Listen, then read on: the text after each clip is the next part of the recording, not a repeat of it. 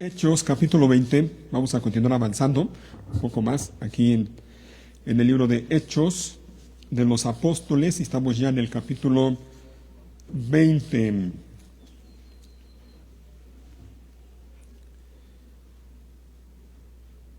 Quiero ir por partes, ¿sale? Acompáñame a leer primero los primeros versículos, de hecho el primer versículo nada más.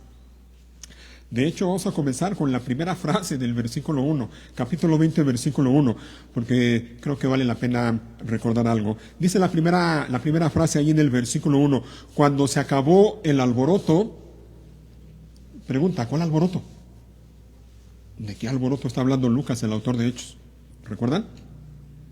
Algunos dicen que sí, espero que todos lo tengan en cuenta o en mente, lo recuerden, y si no, bueno, podemos recordarlo rápidamente. El alboroto del que se menciona ahí en el capítulo 1, versículo 1 del capítulo 20, es lo que ya vimos en su momento, lo leemos en el capítulo 19, el alboroto que se dio allá en la ciudad de Éfeso. De hecho, allí nos quedamos, dejamos a Pablo y a sus compañeros allí en Éfeso, con ese gran alboroto que se dio por causa del Evangelio, por causa de la predicación del Evangelio por parte de Pablo y sus compañeros, y por causa de que un hombre llamado Demetrio, platero, artesano, que junto con otros hombres que tenían el mismo oficio, es decir, eran plateros, eran artesanos, y su oficio era eso, y se dedicaban a hacer, entre otras cosas, imágenes de la diosa Artemisa, de ahí de Éfeso, imágenes del templo de la diosa Artemisa.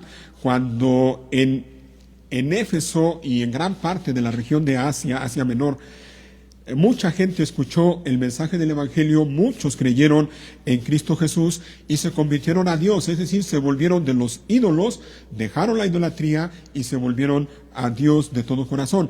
Eso repercutió de manera negativa en el negocio de los plateros de allí de Éfeso.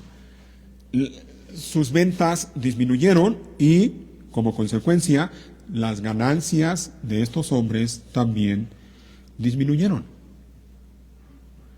La esperanza de su riqueza, creo que dice la Reina Valera, se vio afectada. Se armó un alboroto, comenzando con Demetrio, que movilizó a los plateros.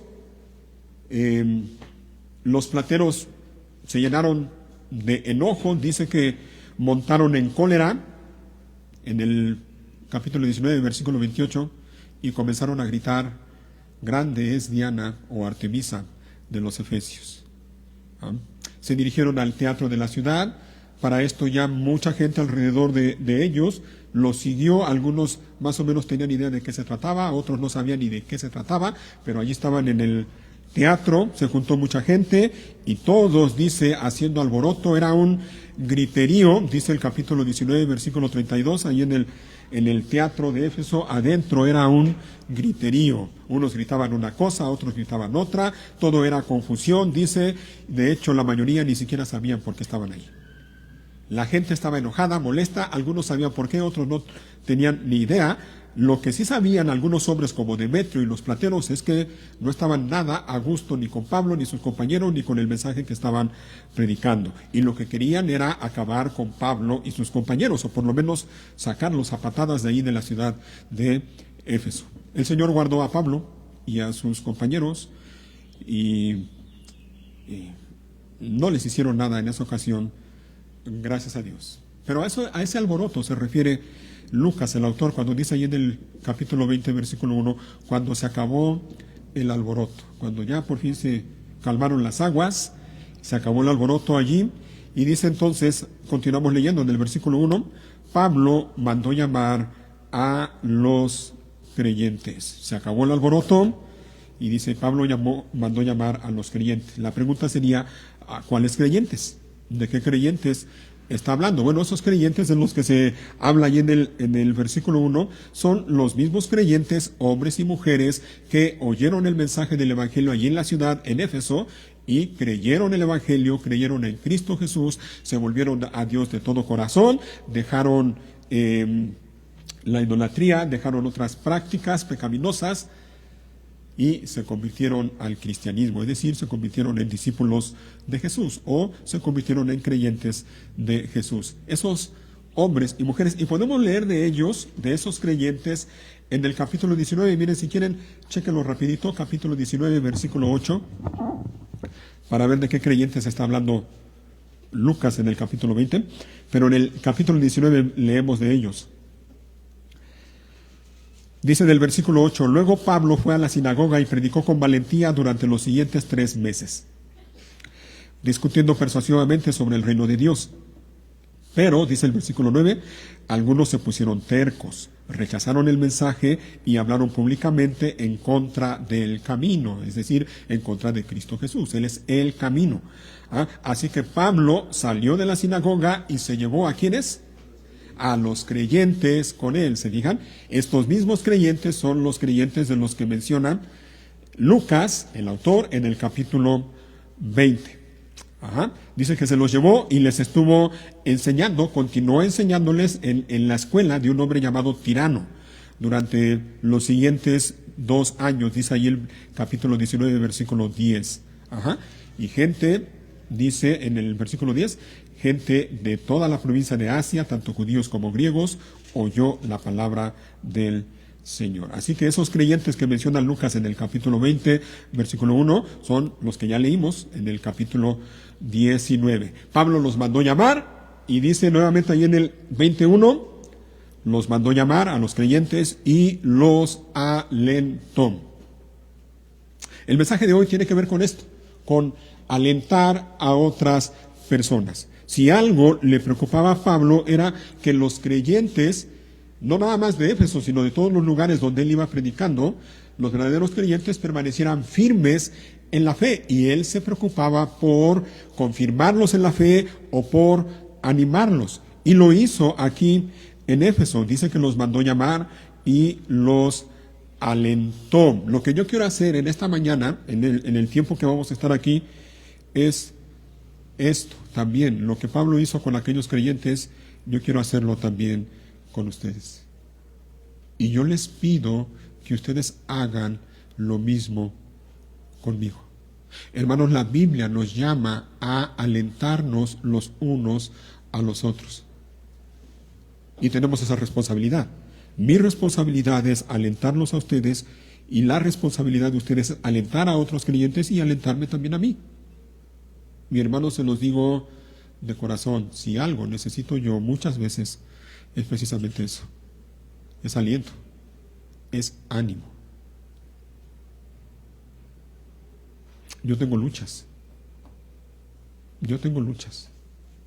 Y el desánimo muchas veces toca a mi puerta, y el desánimo me quiere llevar más de una vez a decir ya. ¿Qué sentido tiene? ¿Qué caso tiene? Necesitamos alentarnos unos a otros. Pablo lo hizo, y como les comenté, no lo hizo nada más con los creyentes de Éfeso. Él tenía esa costumbre con todos los creyentes en todos los lugares donde él iba. Podemos verlo, miren, también en el versículo, vamos a terminar de leer el versículo 1. Dice que llamó a los creyentes y los alentó. Después se despidió y viajó a Macedonia. Mientras estuvo allí, es decir, en Macedonia, ¿qué hizo? Animó a los creyentes. ¿Se fijan? A los creyentes ahora de la región de Macedonia. Es que eso era algo bien importante para Pablo. Él estaba consciente de la importancia que tenía de animar a los creyentes. Y yo le ruego a Dios, insisto, en que nosotros también nos quede claro de la importancia de animarnos los unos a los otros, de alentarnos los unos a los otros. Alentar, hermanos, alentar implica animar. Alentar implica estimular, implica incitar, implica incentivar, perdón. Pero también alentar implica aconsejar o exhortar. Va junto. Tiene que ver con alentar a alguien. Es, dicho de otra manera, es de alguna manera a rogarle a alguien que siga o permanezca en un camino o en una conducta. Eso es alentar. Y esto se hace básicamente de dos maneras, con palabras y ahorita vamos a ver algo más. Ajá. Miren, este versículo 1 que ya hemos leído y también el versículo 2 o parte del versículo 2, déjenme leerlo en otras traducciones. Por ejemplo, la Biblia, Dios habla hoy, lo traduce como que Pablo llamó a los creyentes de Éfeso para darles algunos consejos. Así lo traduce la Biblia, Dios habla hoy, para darles algunos consejos. Y es que eso implica animar. Ajá. La nueva Biblia viviente, si no me equivoco, dice que los animó, dice que los llamó y cuando los hubo animado, se fue. Ajá. La traducción en lenguaje actual, esta me gustó, porque miren cómo dice, dice que los llamó y les pidió que no dejaran de confiar en Jesús. ¿Te fijas? Eso es animar a alguien. En el caso de Pablo dice, les pidió. Yo me imagino a Pablo más que pidiéndoles, rogándoles que no dejaran de confiar en Jesús. Por eso es que decimos que animar o alentar implica básicamente rogar a alguien que siga o permanezca en un camino o en una conducta. Y eso se hace, repito, con palabras. La Reina Valera, el versículo 2, dice que Pablo exhortó a los creyentes con abundancia de palabras. ¿Te fijas? Los alentó o los exhortó con abundancia de palabras. Es que el infundir ánimo o aliento, estimular a alguien, casi siempre se tiene que hacer con palabras. Es acercarte a la persona, hablarle, decirle, animarla, estimularla, incitarla, incentivarla, si se puede o es necesario, darle un consejo, exhortarle, aconsejarlo, y eso se hace, repito, con palabras. En el versículo 1, igual en la traducción de la Reina Valera, déjenme leerles como dice así. Dice que Pablo mandó llamar a los creyentes de Éfeso y dice enseguida, y exhortándolos, o habiéndolos exhortado y abrazado. Esa parte también me llamó la atención, porque esa palabra no la incluye aquí en la traducción que estamos usando, la Nueva Traducción Viviente. Dice que Pablo los exhortó y los abrazó. ¿Te fijas? Los exhortó y los abrazó. Así que mira, alentar a alguien se debe de hacer o se puede hacer con palabras, a veces con abundancia de palabras, como ya lo leímos también en la traducción de la Reina Valera, pero alentar a alguien también en ocasiones es necesario hacerlo con demostraciones de afecto, de aprecio, de cariño, de interés por la persona. Y una manera de hacerlo es con abrazo, abrazándolos. Dice que Pablo los exhortó y los abrazó. Ahora, sabemos lo que es abrazar, ¿no? Sabemos lo que es un abrazo. Es estrechar a alguien entre los brazos en señal de cariño o afecto. Así lo traduce el diccionario. Estrechar a alguien entre los brazos en señal de cariño y o afecto. Hay diferentes tipos de abrazo, ¿no? Podemos llamarle así. Hay abrazos para consolar, abrazos que damos cuando queremos consolar a alguien o para sostener a alguien en medio de un problema o en medio de una pérdida. Damos un abrazo. Hay abrazos que se dan, que le podemos llamar abrazos de reconciliación, cuando dos personas por alguna razón se quedan enemistadas, se enojan, y por un tiempo están enemistadas y luego después de un tiempo buscan la reconciliación, piden perdón, se perdonan y entonces se dan un abrazo para reconciliarse después de un desacuerdo o después de algún conflicto. Hay abrazos para felicitar a alguien.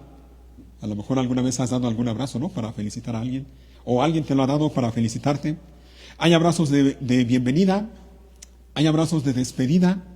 Cuando nos despedimos de alguna persona. Eso, al menos a mí me gusta hacerlo aquí cada domingo.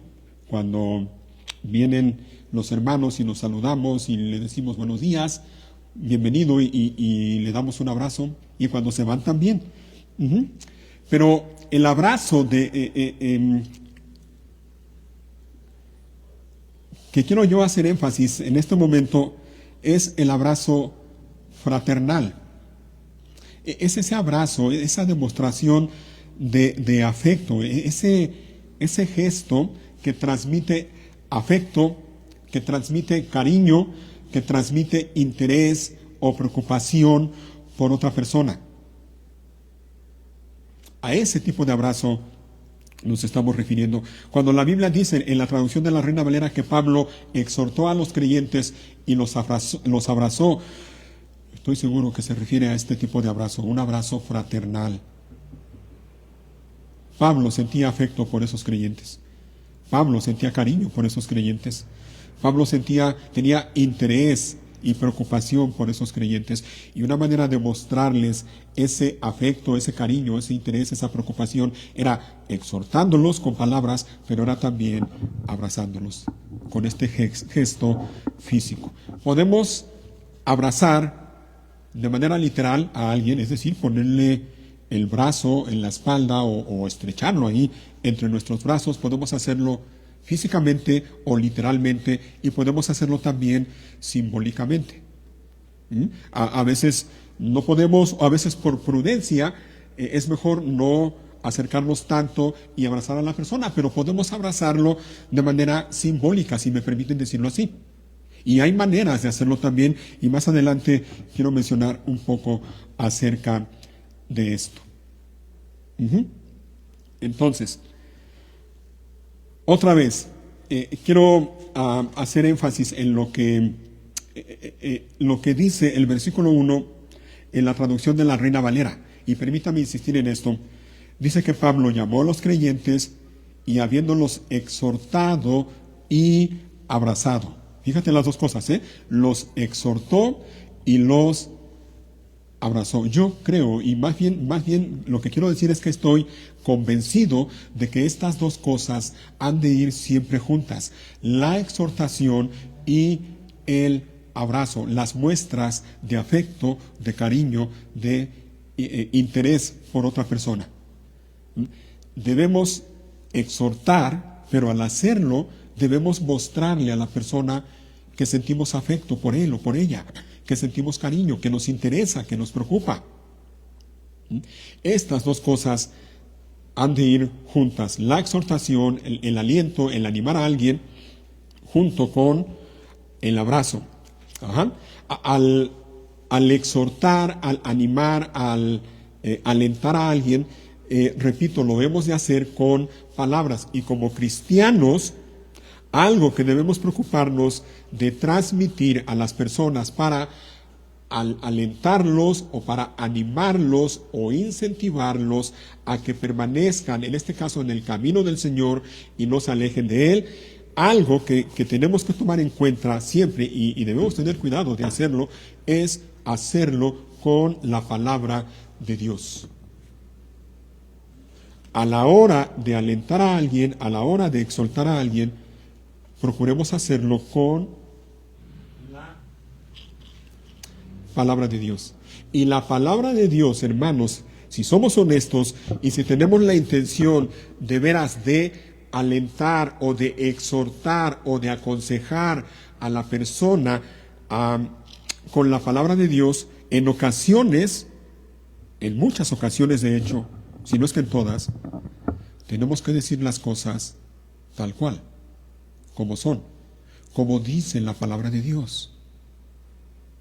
En ocasiones tenemos que usar la verdad, tenemos que ser francos, tenemos que ser honestos, y por amor a la persona, si realmente nos interesa la persona, si realmente nos preocupamos por la persona, tenemos que decirle la verdad. Pero junto con eso, junto con la verdad, debemos preocuparnos de hacerlo con amor. ¿Se fijan? Lo que quiero decir es hablar la verdad conforme a la palabra de Dios, pero hacerlo con amor, hacerlo con gracia. Verdad, la verdad de la palabra de Dios, y amor, mostrándole amor a la persona. Hay un pasaje que me estaba yo acordando, lo tengo en la mente todavía, y déjenme ver si lo encuentro. Es en la carta a los Efesios. Si quieren irlo buscando, en Efesios.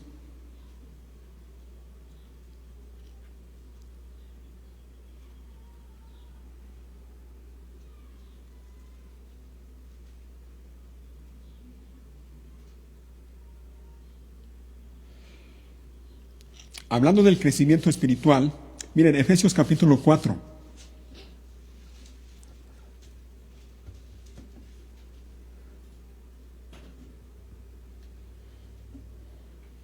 Y vamos a leer a partir del versículo 13. Vamos a leer desde ahí. 4, versículo 13.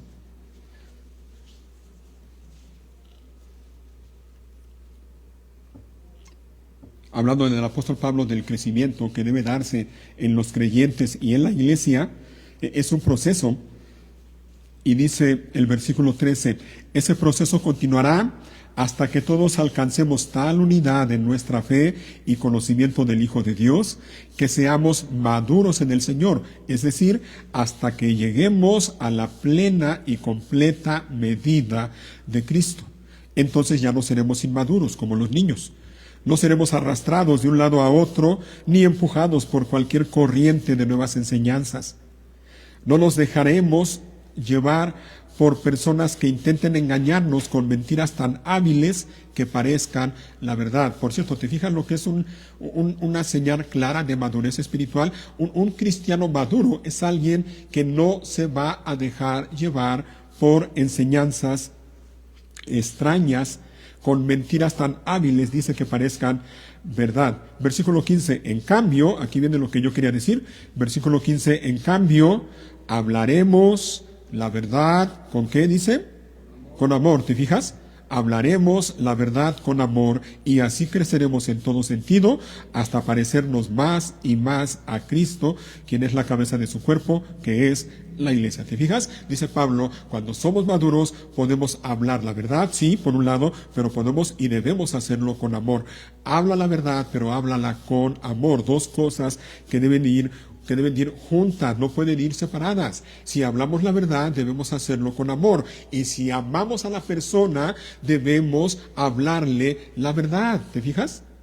No podemos hablar la verdad sin amor y no podemos mostrar amor sin decir la verdad.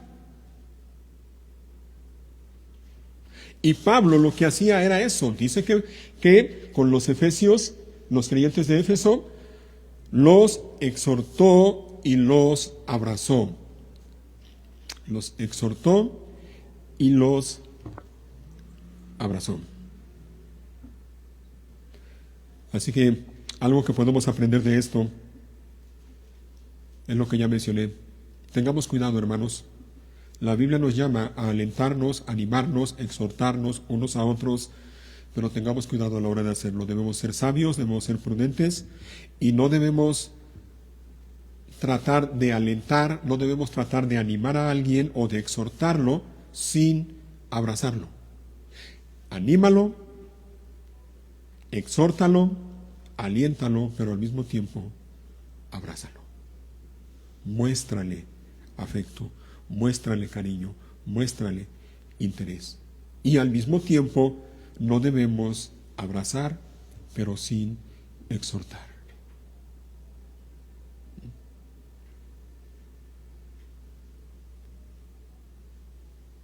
Y los que somos padres, y creo que aquí la mayoría somos padres, sabemos exactamente eso. Los que tenemos hijos, sabemos que a nuestros hijos, por el bien de ellos, debemos disciplinarlos al mismo tiempo que debemos amarlos. Y sí, hemos de mostrarles disciplina y corregirlos cuando sea necesario y llamarles la atención cuando sea necesario, pero al mismo tiempo mostrarles que los amamos, que nos interesan. Y cometeríamos un terrible error si nada más les mostramos amor y les dejamos hacer todo lo que ellos quieren con el pretexto o la excusa de que los amamos, pero no los corregimos. Entonces, es algo que debemos de hacer. Vamos a regresar a Hechos capítulo 20.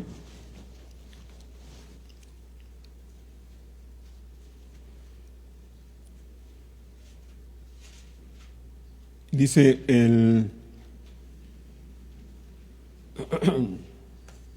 versículo 2 nuevamente, mientras estuvo allí, es decir, ya estaba en Macedonia, animó a los creyentes en cada pueblo que atravesó, luego descendió a Grecia. ¿Te digas? Hizo lo mismo, animó a los creyentes en cada pueblo que atravesó. Otra vez la pregunta, ¿cuáles creyentes? Ya no está hablando Lucas de los creyentes de Éfeso, ahora está hablando de los creyentes de la región de Macedonia. Entonces, ¿cuáles creyentes? ¿Cuáles pueblos? Bueno, pues los creyentes de la región de Macedonia. Ajá. Y allí podemos mencionar, por ejemplo, la región de Macedonia incluye a Filipos. ¿A qué creyente recuerdas de Filipos?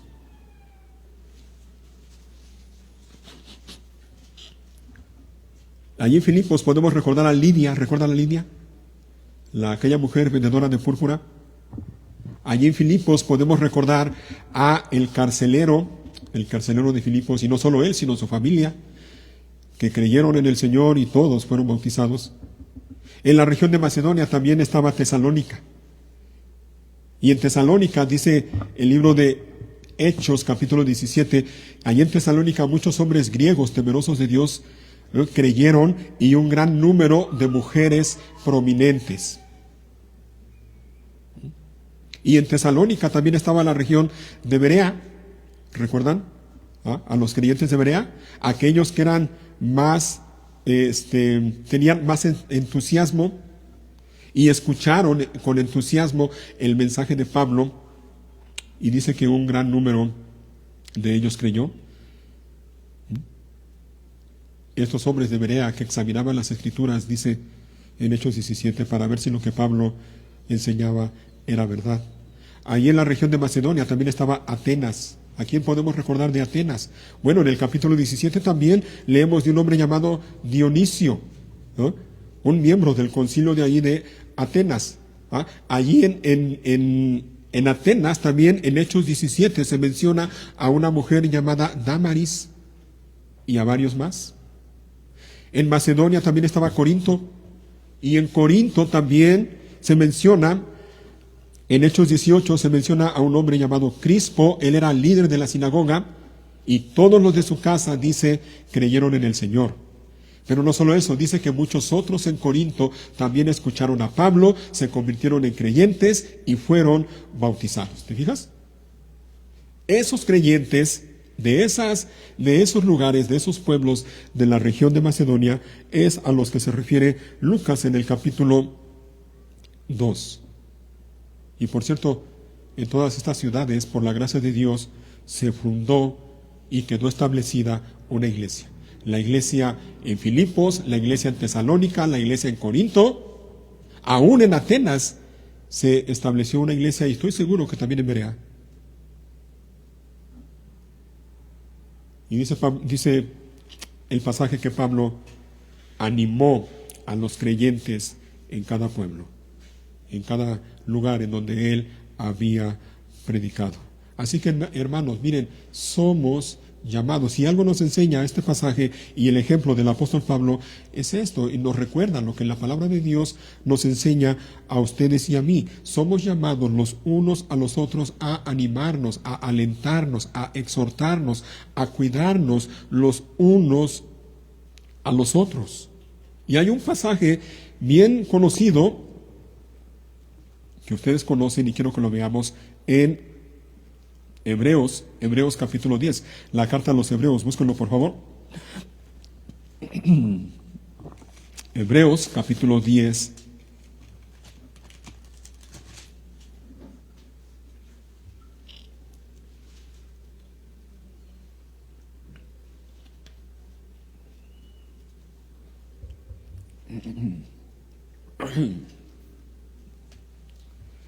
Y vamos a leer allí en el versículo 24, por favor.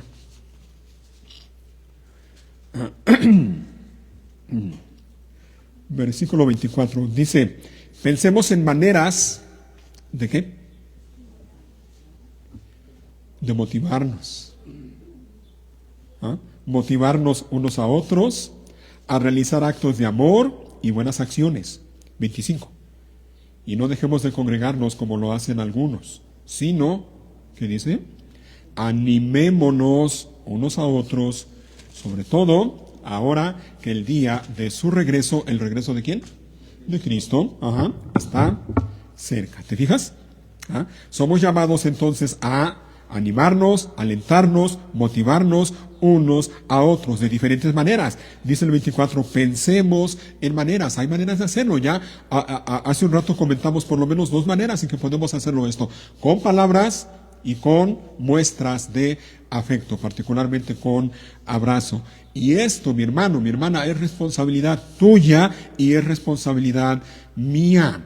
Somos responsables los unos de los otros. Somos responsables de animarnos, de alentarnos los unos a los otros. Así que cuando veas que tu hermano está medio desanimado, mira, bien sencillo, voltea a tu alrededor.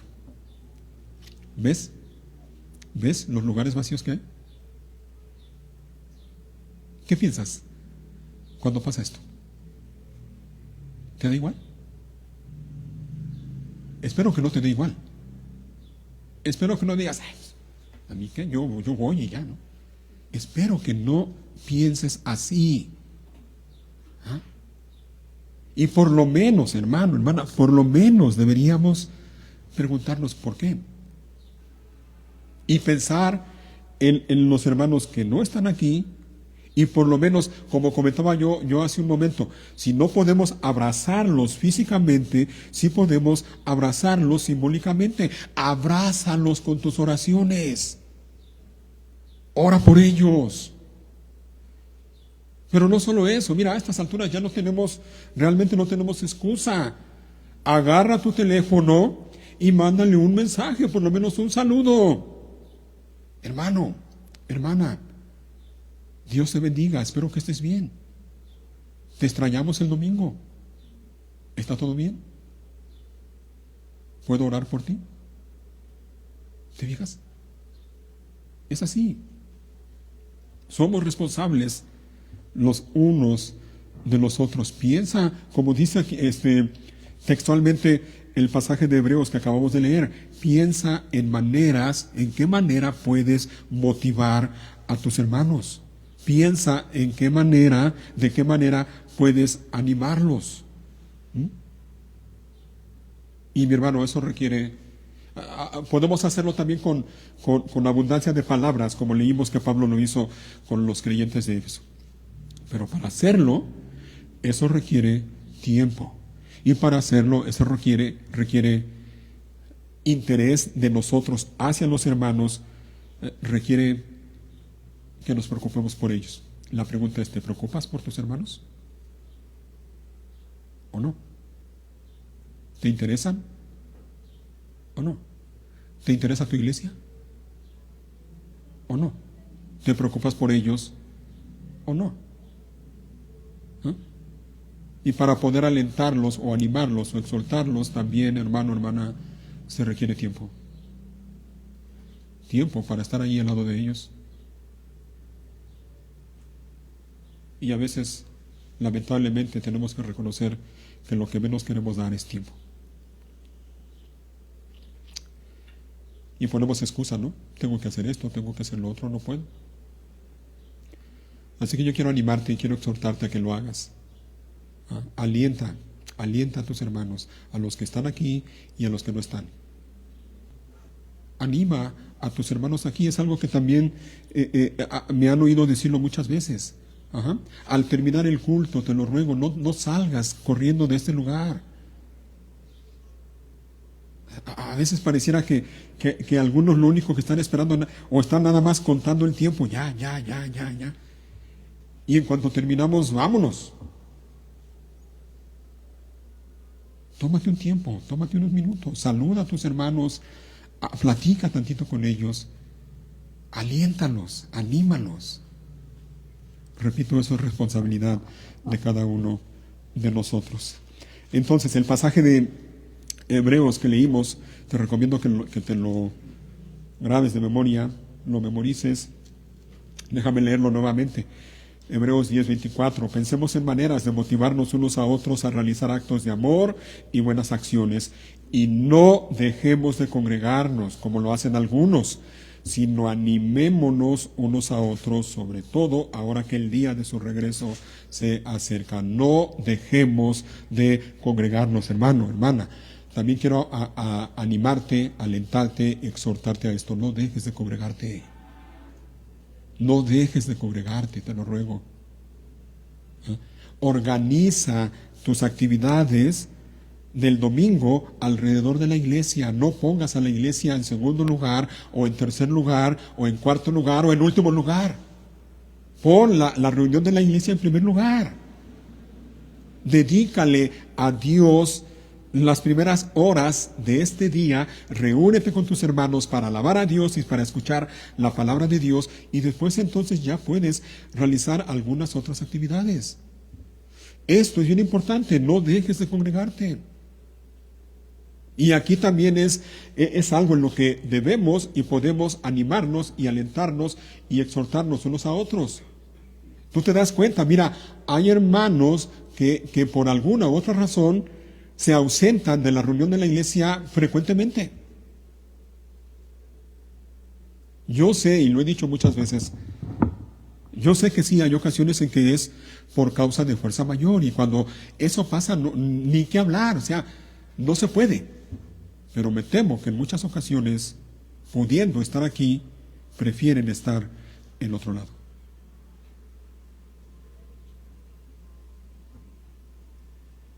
Así es que en primer lugar, no dejes de congregarte tú.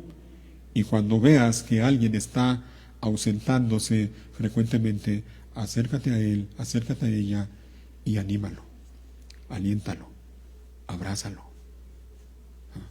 exhórtalo a que permanezca, que siga en el camino del Señor y que siga congregándose. El apóstol Pablo tenía bien presente y estaba bien convencido de la importancia de que los creyentes se reúnan para alabar a Dios y para escuchar la palabra de Dios el primer día de la semana. Y es lo que quiero que veamos enseguida en el libro de Hechos. Vamos a regresar a Hechos.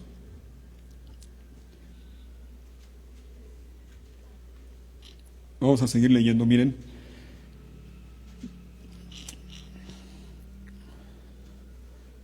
Y para no perder el hilo de lo que estamos leyendo, bueno, déjenme leer nuevamente desde el versículo 2. Dice, mientras estuvo allí, es decir, en Macedonia, ¿recuerdan? Animó a los creyentes en cada pueblo que atravesó. Luego descendió a Grecia, donde se quedó 3 meses.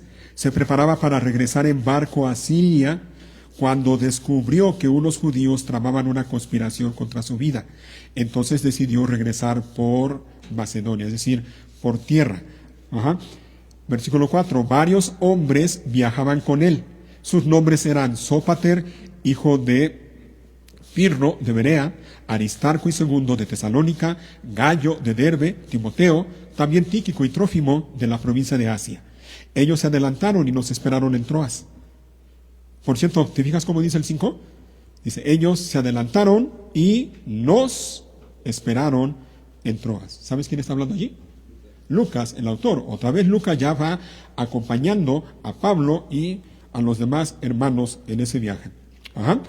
Dice el 6, finalizada la Pascua, subimos a un barco en Filipos de Macedonia, y 5 días después nos reencontramos con ellos en Troas, donde nos quedamos una semana. Así que Pablo llega a Troas después de algunos días, y dice, donde nos quedamos una semana. Ahora mira, versículo 7. El primer día de la semana, ¿qué hizo Pablo? Nos reunimos con los creyentes locales para participar de la cena del Señor. ¿Te fijas? Pablo estaba bien convencido y sabía la importancia de que el creyente verdadero se reúna regularmente con otros creyentes en el día del Señor para alabar el nombre del Señor y escuchar la palabra de Dios. De hecho, hay algunos comentarios, y yo estoy de acuerdo con estos comentaristas. Algunos comentaristas dicen que Pablo se quedó allí en Troas una semana. ¿Se fijaron lo que dice al final del versículo 6? Dice que llegaron a Troas Y dice Lucas, donde nos quedamos una semana, allí en Troas. Algunos comentaristas dicen que intencionalmente Pablo con sus compañeros se quedaron allí esos días esperando que llegara el primer día de la semana, el domingo, para congregarse con los creyentes de ese lugar y estar con ellos en el culto de adoración a Dios y celebrar la cena del Señor. De manera intencional. El apóstol Pablo quería ir a Jerusalén, ese era su propósito en ese tiempo. Y tenía algo de prisa para llegar a Jerusalén y estar allí en Jerusalén en la fiesta del Pentecostés.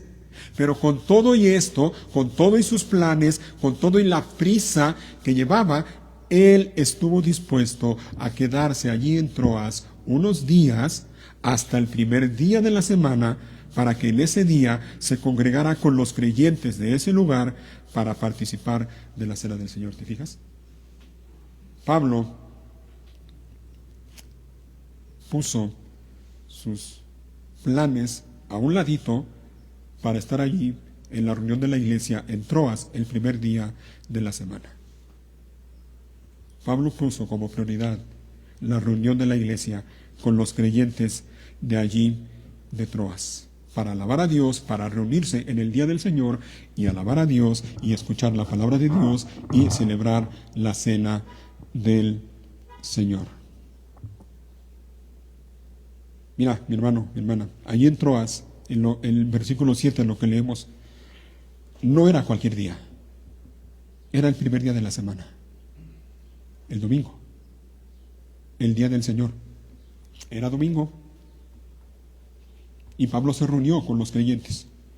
Ahora, no era cualquier día, y tampoco era una reunión cualquiera. No es que Pablo se reunió con sus compadres para comerse unos tacos de chicharrón mientras veían el partido. No. Pablo se reunió con los creyentes para que junto con ellos alabaran a Dios y celebraran la cena del Señor. Eso era lo importante para Pablo y sus compañeros.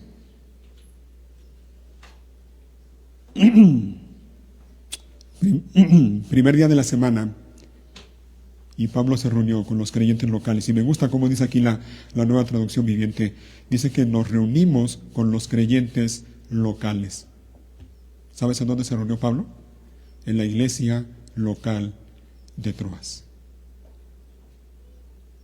La importancia de la iglesia local y la importancia de reunirse de manera regular, habitual, con la iglesia local cada primer día de la semana. Hermanos, lo mejor que podemos hacer tú y yo como cristianos en el día del Señor, en el día domingo, es reunirnos con otros creyentes para adorar al Señor y celebrar a nuestro Señor y Salvador Cristo Jesús. Es lo mejor que tú y yo podemos hacer. Hazlo. No dejes de hacerlo. No dejes de hacerlo. Repito, sí, yo sé que en ocasiones por causa de fuerza mayor no se puede, sí. Pero mientras no sea una causa de fuerza mayor, dispón tu corazón, dispón tu tiempo, dispón tu ánimo y ven aquí a la reunión de la iglesia, júntate, reúnete con tus hermanos y junto con ellos alaba el nombre del Señor y escucha la voz de Dios hablándote a ti. Allí en esa reunión, dice Lucas, el autor, vamos a continuar leyendo, versículo 7, dice que se reunieron con los creyentes para participar de la cena del Señor. Enseguida dice, Pablo les estaba predicando y como iba a viajar al día siguiente, siguió hablando hasta la medianoche. Ahí tienes al apóstol Pablo. No dice desde qué hora comenzó a predicar, pero sí dice hasta cuándo estuvo predicando, hasta la medianoche. La idea obviamente implica que estuvo Pablo hablando y predicando durante mucho tiempo, muchas horas.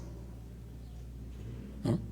Pablo sabía la importancia de la predicación y la enseñanza de Dios en la reunión de la iglesia local. Dice entonces el versículo 7, la segunda parte, que Pablo les estaba predicando y siguió hablando hasta la medianoche. En el versículo 9, mira, versículo 9 en la primera parte, dice que Pablo, ¿qué hacía? Hablaba y hablaba. ¿De qué hablaba? Por implicación podemos decir que Pablo hablaba y hablaba predicando la palabra de Dios.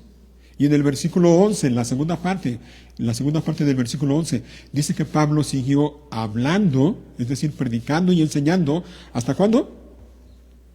Hasta el amanecer. ¿Te fijas?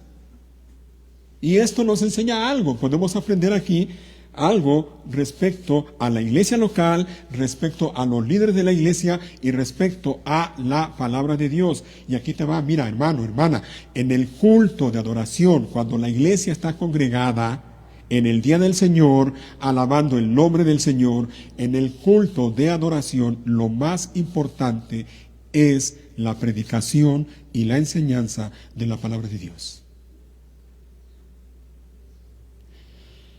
No menosprecies la palabra de Dios. Y mira que aquí en nuestra iglesia el tiempo de predicación es más o menos 1 hora. Mira que aquí no se predica. Yo creo que yo no podría, honestamente lo reconozco. Yo no podría, como Pablo, estar predicando horas y horas hasta la medianoche o hasta el amanecer. Y probablemente muchos de ustedes no lo aguantarían. 1 hora de predicación. 1 hora.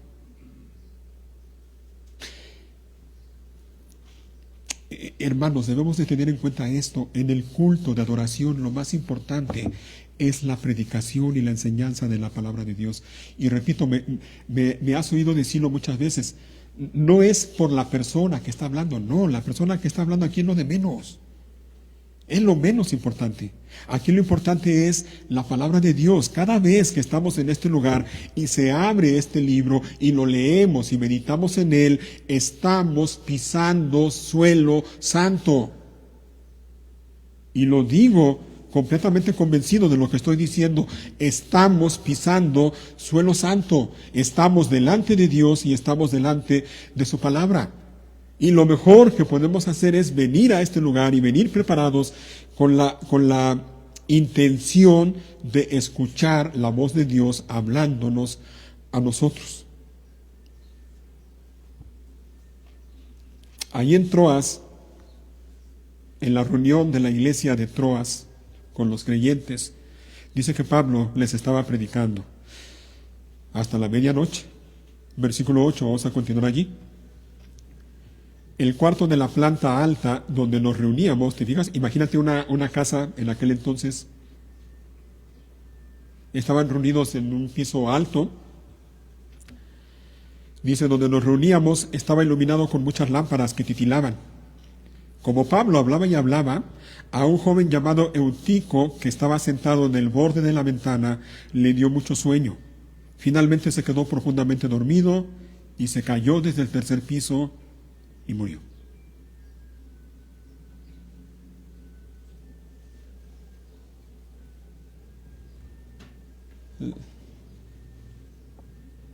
Esto, en lo personal, a veces me anima. A veces yo me quejo de que cuando estoy predicando a algunos les pasa lo mismo. Se quedan dormidos. Pero cuando veo que a Pablo también se le dormía a la gente, bueno, digo, pues no soy el único. Ahora mira, imagínate, era tarde, era primer día de la semana, no era sábado, recuerda, todavía muchos judíos en ese entonces observaban el día sábado, donde no trabajaban. Pero aquí la mayoría de estos creyentes seguramente no eran judíos, era primer día de la semana. Muchos de ellos probablemente habían llegado a la reunión de la iglesia, suponiendo que la reunión de la iglesia había sido a media tarde o más o menos por la tarde, habían llegado a la reunión de la iglesia cansados después de trabajar. El cuarto, dice Lucas, donde estaban reunidos estaba alumbrado por lámparas que despedían calor. El lugar estaba lleno de gente, se sentía calor, se sentía bochorno. Y algunos estaban batallando con el sueño, como el caso de este joven, Eutico.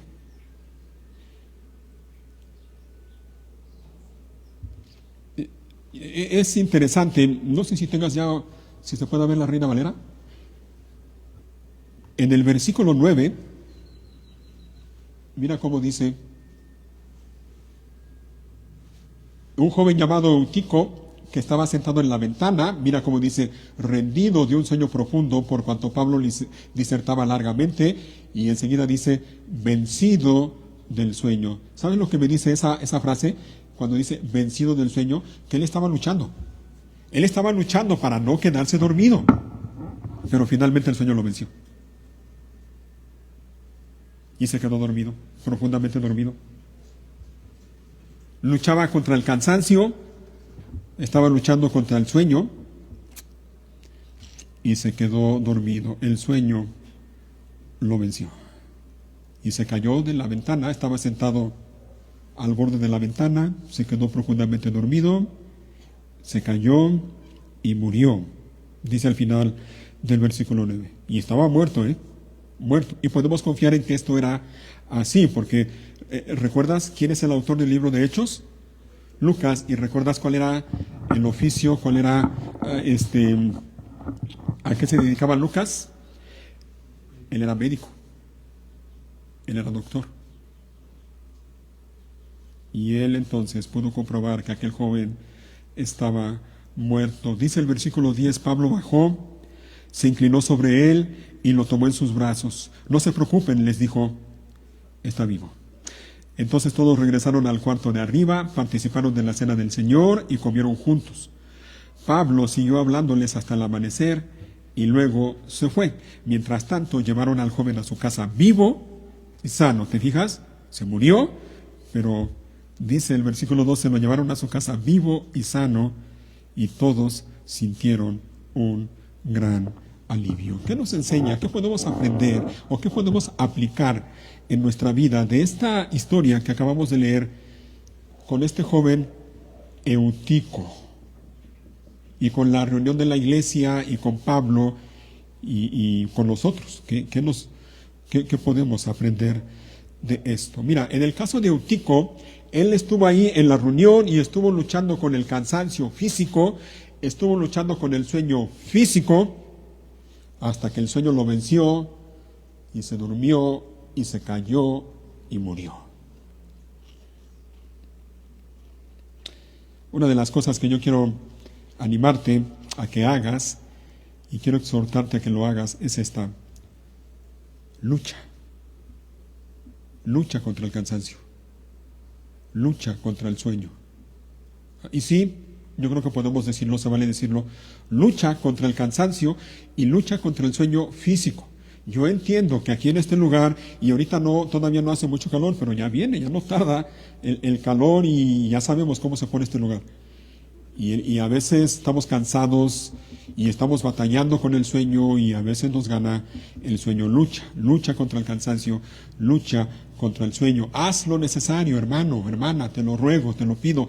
Haz lo necesario para venir cada domingo a este lugar y que vengas descansado y que vengas bien despierto para que estés aquí atento, escuchando la voz de Dios hablándote. Y eso implica, cuando digo que hagas lo necesario, eso implica que lo tienes que hacer un día antes o unos días antes del domingo. Prepárate para la reunión de la iglesia. Como cristianos tenemos que hacer eso, tenemos que tomar precauciones. Y desde por decir algo, desde el viernes ya tenemos que estar pensando que viene el domingo. Y el domingo lo mejor que puedo hacer es reunirme con la iglesia, con mis hermanos, y junto con ellos alabar el nombre de Dios. Aquí en México hay un dicho, ¿no? Cuando se acerca el fin de semana o cuando ya es fin de semana, sobre todo el viernes, por fin es viernes, dicen muchos. Otros dicen, es viernes y el cuerpo lo sabe. Y yo podría decir, es viernes, como dicen algunos también. Sí, es viernes, pero se acerca el domingo. Es viernes, pero se acerca el domingo. Haz lo que tienes que hacer el viernes o el sábado, pero hazlo tomando en cuenta que el domingo se acerca.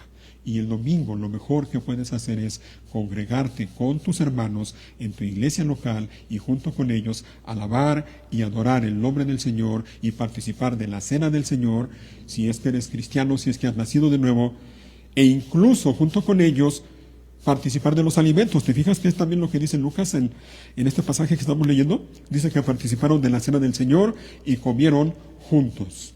Por cierto, hoy vamos a comer. ¿Vienes con esa intención de quedarte después del culto a comer? ¿O no?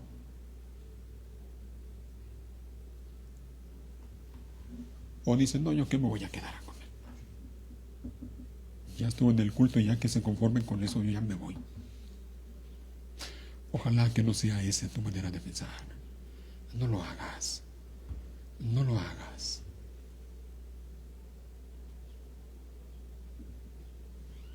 ¿Sabes que el solo hecho de que te quedes a comer, eso anima a otros? El solo hecho de que te quedes. Es más, el solo hecho de que vengas, el solo hecho de que algunos te vean aquí, eso es de ánimo para otros.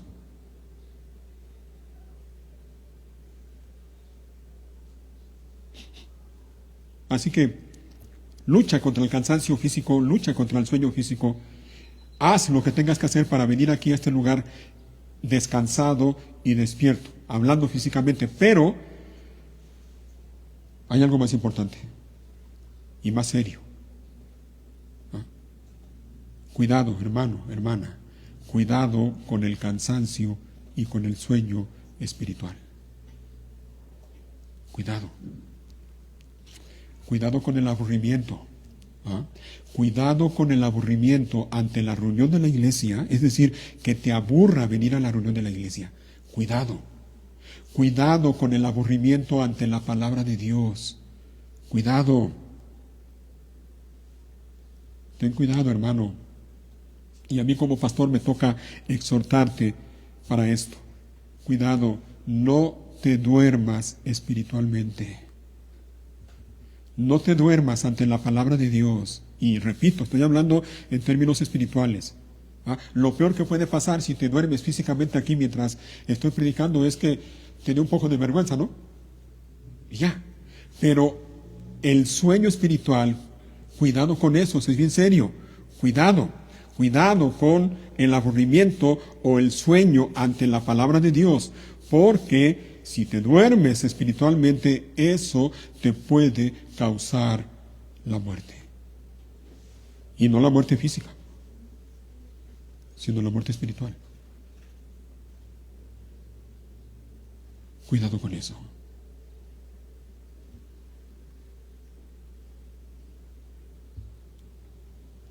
Cuidado con decir qué aburrido estar ahí cada semana. Qué aburrido. Qué pesado tener que estar escuchando al pastor hablando. Ya se parece al apóstol Pablo que habla y habla y habla durante una hora. Cuidado con eso.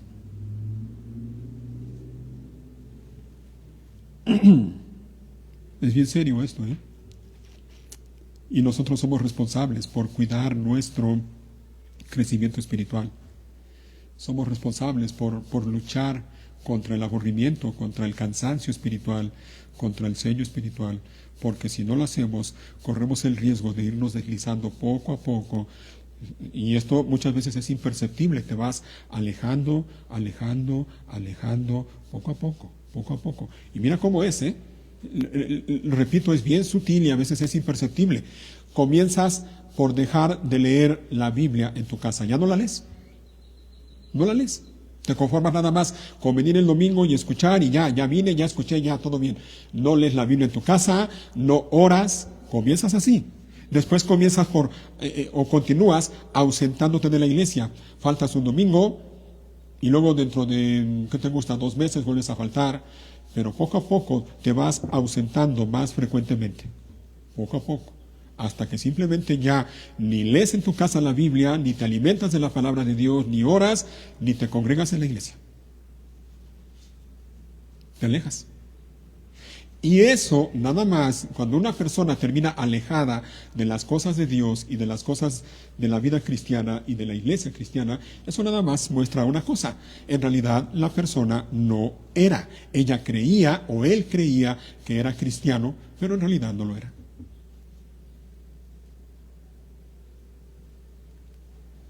Aquel joven Eutico fue vencido por el sueño, se durmió, se cayó del tercer piso y se murió. Y dice, ¿se fijaron lo que hizo Pablo? Versículo 10 nuevamente. Pablo bajó, se inclinó sobre él y ¿qué hizo? En otras palabras, lo abrazó. Lo abrazó. Y dijo, no se preocupen, está vivo.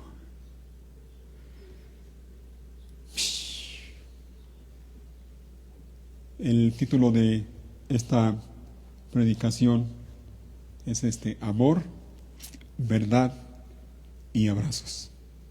Amor, verdad y abrazos. Tenemos que hablar la verdad con amor, pero al mismo tiempo tenemos que abrazar.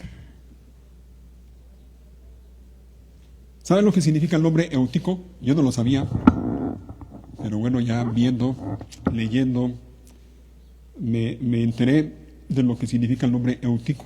El nombre Eutico significa afortunado. Bien apropiado el nombre, ¿no? Para este joven, afortunado. ¿Y qué tiene que ver Eutico con nosotros? Bueno, tiene que ver y tiene que ver mucho. Igual que aquel joven Eutico, muchos de los que estamos aquí somos afortunados. Eutico cayó del tercer piso y murió físicamente. Nosotros caímos, no físicamente, pero a causa del pecado de Adán, nosotros caímos juntamente con él. Y es algo que la Biblia enseña claramente, la caída del hombre cuando pecó. Nosotros caímos. Y a causa del pecado, nosotros morimos. Estábamos muertos espiritualmente. Eutico resucitó por el poder y por la gracia de Dios. Nosotros espiritualmente, bueno, Eutico resucitó físicamente. Nosotros espiritualmente hemos también resucitado, hemos pasado de muerte a vida por el poder y la gracia de Dios. El Señor Jesús dijo en una ocasión, hablando de que Él es el buen pastor, Él dijo en el Evangelio de Juan, el ladrón no viene sino para robar, matar y destruir. Hablando del enemigo, de Satanás. Satanás viene para robar, matar y destruir. Y Él dice, Jesús, yo he venido para que tengan vida y para que la tengan en abundancia.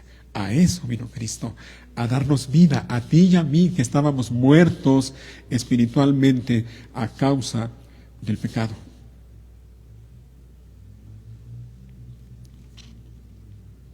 Cuando Eutico se cayó del tercer piso y dio en el piso y murió, Eutico no se quedó tirado allí en el piso, muerto. No se quedó allí.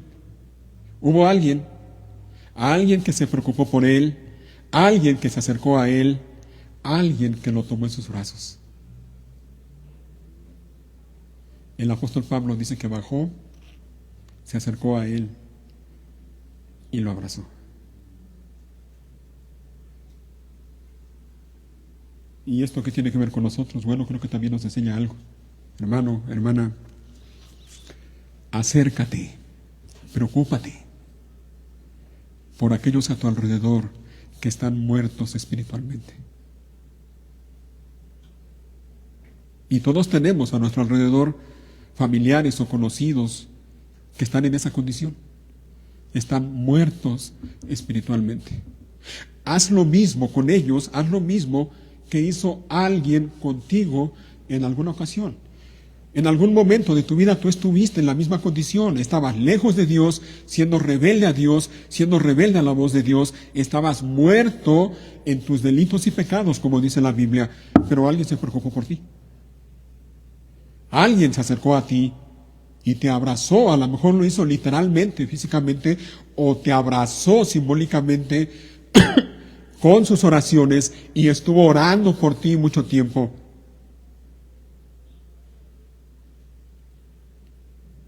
Hasta que Dios tuvo misericordia de ti. Y por la gracia de Dios y por el poder de Dios, tú que estabas muerto o muerta espiritualmente, volviste a la vida. Dios te dio vida juntamente con Cristo. Preocúpate, interésate y acércate a las personas a tu alrededor que están muertas espiritualmente. Abrázalos, si es posible, si es prudente, abrázalos de manera física, literal, abrázalos. Y si no, de manera simbólica, abrázalos con tus oraciones. Y junto con eso, háblales la verdad de la palabra de Dios. Anúnciales el mensaje de la cruz. Con la ayuda de Dios, llévalos a Cristo. Porque en Él, y solo en Él, ellos pueden tener vida, y vida en abundancia.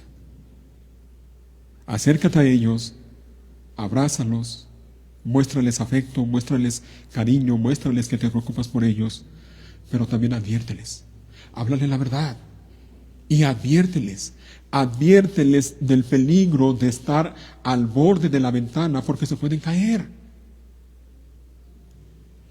y puede ser trágico para ellos. Y estoy hablando en sentido simbólico, no literal.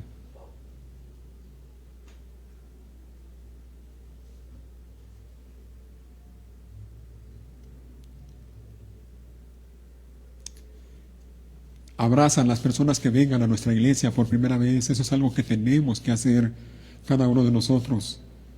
Cuando alguien venga por primera vez, acércate, salúdalo, muéstrale interés, abrázalo y ora por ellos. Y por otro lado, hermano, hermana, mira, cuando alguien se acerque a ti y quiera exhortarte o quiera abrazarte, animarte, consolarte o aconsejarte porque está preocupado por ti, porque le interesa tu condición. Cuando alguien quiere hacer algo o eso contigo, hermano, hermana, por favor, no te enojes. No lo tomes a mal. El hermano o la hermana está preocupado por ti y lo que quiere es ayudarte. Lo que quiere es ponerse a tu lado y caminar junto contigo en el camino del Señor. ¿Te fijas? Somos llamados a exhortarnos, a animarnos, a hablar con la verdad, a advertir si es necesario, pero al mismo tiempo abrazar. Abraza. Pero recuerda las dos cosas juntas. No debemos exhortar o advertir sin abrazar y al mismo tiempo no debemos abrazar sin hablar la verdad o exhortar o advertir. Las dos cosas. Que el Señor nos ayude a hacer ambas cosas. Y algo más, mira, si algo también nos enseña esta historia, sobre todo los últimos versículos que leímos en este acontecimiento, con aquel joven llamado Eutico y con la iglesia de Troas y con el apóstol Pablo, es esto, mira, en la iglesia local, lo más importante, o déjame decirlo primero de esta manera, en aquel lugar, aquel día, aquel primer día de la semana, allá en Troas, en la reunión de la iglesia donde estaba Pablo y sus compañeros con los creyentes de Troas, en ese día, en esa reunión, lo más importante no era ni Pablo, tampoco era aquel joven Eutico, ni el milagro que Dios hizo en aquel joven Eutico. Eso no era lo más importante. En esa reunión, en ese día, primer día de la semana, el día del Señor, lo más importante era Dios y su palabra. Repito, no era ni el apóstol Pablo, ni aquel joven que murió y resucitó. Y mira, no era cualquier milagro, No fue cualquier milagro. Tremendo milagro llevó a cabo Dios, como solo Él puede hacerlo ese día por medio del apóstol Pablo. Y no sé tú, pero a mí me llama la atención lo que Pablo hizo ante ese milagro. Mira, como si Pablo dijera, ¿de qué se impresiona, no? Si esto es lo que Dios puede hacer. Mira, lo que hizo Pablo, versículo 10. Cuando vio que el joven cayó y estaba ya muerto, dice, Pablo bajó, se inclinó sobre él, lo tomó en sus brazos. Y mira nada más lo que dice Pablo. No se preocupen, está vivo. Nada más. Tan simple como eso. No se preocupen, está vivo. Después de eso, dice el versículo 11, entonces todos regresaron al cuarto de arriba. Imagínate, después de haber presenciado ese tremendo milagro, dice, todos regresaron al cuarto de arriba, participaron de la cena del Señor y comieron juntos. Imagínate, puede sonar hasta chusco, ¿no? Hasta divertido. Aquel joven se cae de la ventana del tercer piso, azota en el piso, se muere. El apóstol Pablo baja, lo toma en sus brazos y Dios resucita a ese joven. Y todos lo vieron. Todos lo vieron. Lo vieron muerto y después lo vieron vivo. Y todos regresaron después de eso, regresaron a lo que estaban. Como si después de haber visto eso, el apóstol Pablo dijera, no se preocupen, está vivo. O como si después de hacer eso, después de que el joven vivió, o regresó, o Dios le devolvió la vida, Pablo dijera, sí, bueno, ¿quién tiene hambre? ¿Vamos a comer?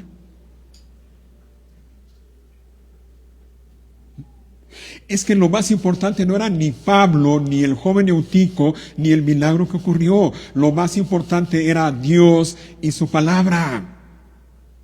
Pablo, lo vemos, Pablo no se enfocó en el milagro y lo pudo haber hecho. Tremendo milagro. Pero Pablo no se enfocó en el milagro. Pablo estaba bien enfocado en aquel que hizo el milagro. Lo importante no era el milagro, lo importante era quién hizo el milagro.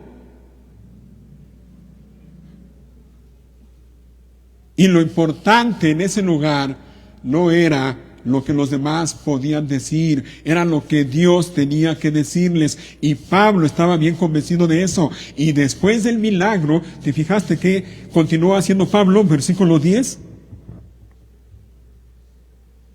El 11, perdón. Dice que todos regresaron al cuarto de arriba, participaron de la cena del Señor, comieron juntos. Y Pablo siguió hablándoles hasta el amanecer, predicándoles la palabra de Dios, enseñándoles la palabra de Dios. Hermanos, es que lo más importante en la reunión de la iglesia local es Dios y es su palabra. Dice la Biblia en Romanos 10 que la fe viene por el oír, y el oír, ¿qué cosa? El oír la palabra de Dios. Lo que la iglesia necesita es eso, es la predicación fiel y la enseñanza fiel de la palabra de Dios. La iglesia no necesita milagros. Y mira que Dios puede hacer milagros. Los incrédulos a nuestro alrededor no necesitan milagros.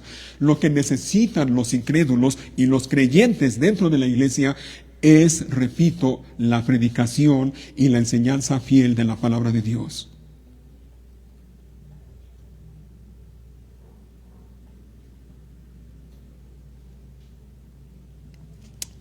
La iglesia que descuida o desprecia la palabra de Dios está cometiendo un grave pecado y está en grave peligro. Y por eso vemos tantos lugares llamados iglesias en este tiempo a nuestro alrededor que están en la condición en la que están porque han dejado de lado la predicación y la enseñanza sana y fiel de la palabra de Dios, y en vez de eso quieren darle a la gente atractivos o atracciones, y le quieren dar a la gente música que a la gente le guste, o quieren darle a la gente milagros. Y la gente puede estar en esos lugares bien entretenida, bien asombrada por las cosas que oyen y ven, Pero si no se les predica fielmente la palabra de Dios, no va a pasar nada en su vida. La gente puede ver milagros en muchos lugares, pero si no oyen y aceptan el mensaje de la palabra de Dios, no pueden ser salvas. Porque la fe viene por el oír, y el oír viene por la palabra de Dios. Así que, hermano, predica la palabra. Bueno, antes que eso, ven cada semana a este lugar con la intención de alabar a Dios, de adorar a Dios, de darle a Dios la gloria y la honra debida a su nombre y de escuchar atentamente su voz. No te canses, no te aburras, perdón. ¿Ah? Y yo le ruego a Dios que no seas tú como algunos que pueden llegar a decir de nuestra iglesia: no me gusta ese lugar, porque nada más hablan de la Biblia y de la Biblia y de la Biblia y de la Biblia y no hacen más. Y yo digo, ¿y qué se supone que tenemos que hacer entonces? Hermano, mi responsabilidad es esa, es predicar y enseñar fielmente la palabra de Dios. ¿Tú crees que aquí no podríamos hacer cada semana o cada mes un concierto con este grupo de jóvenes? ¿Ah? Y traer a jóvenes que escuchen música, que les guste, y empezar aquí a practicar y aprender música de reggaetón.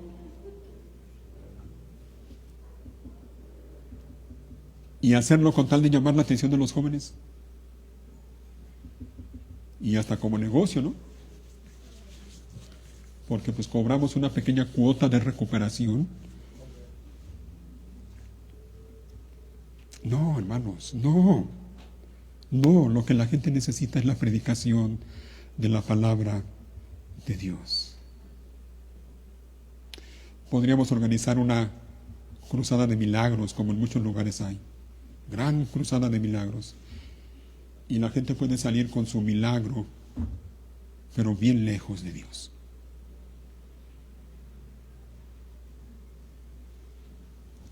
Porque no escuchan la voz de Dios hablando a través de la predicación de su palabra.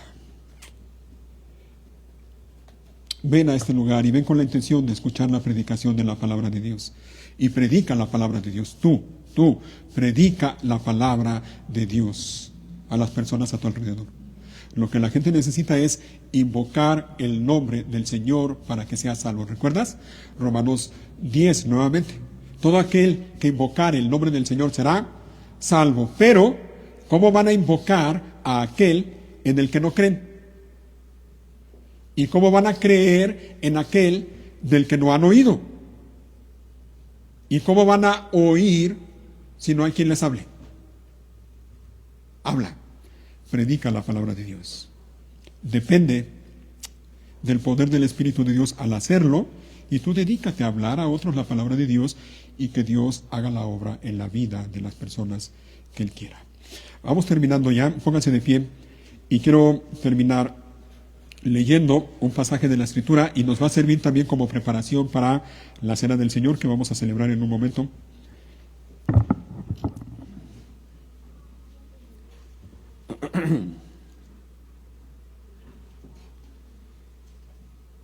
Estoy ahorita viendo. Vamos a leer primero en Efesios capítulo 2. Vamos a recordar este pasaje una vez más.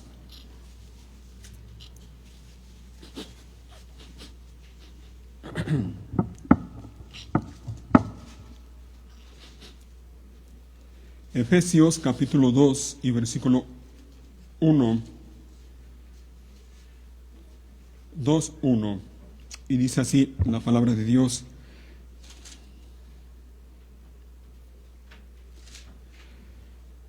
versículo 1: antes ustedes estaban muertos a causa de su desobediencia y sus muchos pecados.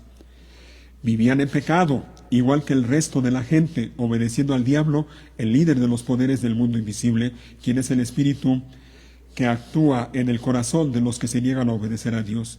Todos vivíamos así en el pasado, siguiendo los deseos de nuestras pasiones y la inclinación de nuestra naturaleza pecaminosa. Por nuestra propia naturaleza, éramos objeto del enojo de Dios igual que todos los demás. Pero Dios es tan rico en misericordia y nos amó tanto que, a pesar de que estábamos muertos a causa de nuestros pecados, nos dio vida cuando levantó a Cristo de los muertos. Es solo por la gracia de Dios que ustedes han sido salvados, pues nos levantó de los muertos junto con Cristo y nos sentó con Él en los lugares celestiales, porque estamos unidos a Cristo Jesús. De modo que en los tiempos futuros Dios puede ponernos como ejemplos de la increíble riqueza de la gracia y la bondad que nos tuvo. ¿Se fijan? La increíble riqueza de la gracia y la bondad que nos tuvo, como se ve en todo lo que ha hecho por nosotros, que estamos unidos a Cristo Jesús. Dios los salvó por su gracia cuando creyeron. Ustedes no tienen ningún mérito en eso. Es un regalo de Dios. La salvación no es un premio por las cosas buenas que hayamos hecho. Así que ninguno de nosotros puede jactarse de ser salvo, pues somos la obra maestra de Dios. Él nos creó de nuevo en Cristo Jesús, a fin de que hagamos las cosas buenas que preparó para nosotros tiempo atrás.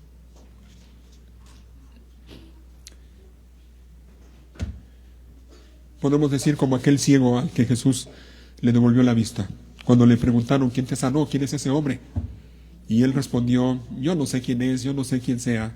Una cosa así, que antes estaba ciego y ahora veo. Y tú y yo podemos decirlo con toda la convicción de nuestro corazón. Una cosa sé, que antes estaba ciego y ahora veo. Antes estaba muerto y ahora tengo vida, y vida en abundancia, por el poder y por la gracia de Dios, que hizo sobreabundar sobre nosotros por medio de Cristo Jesús.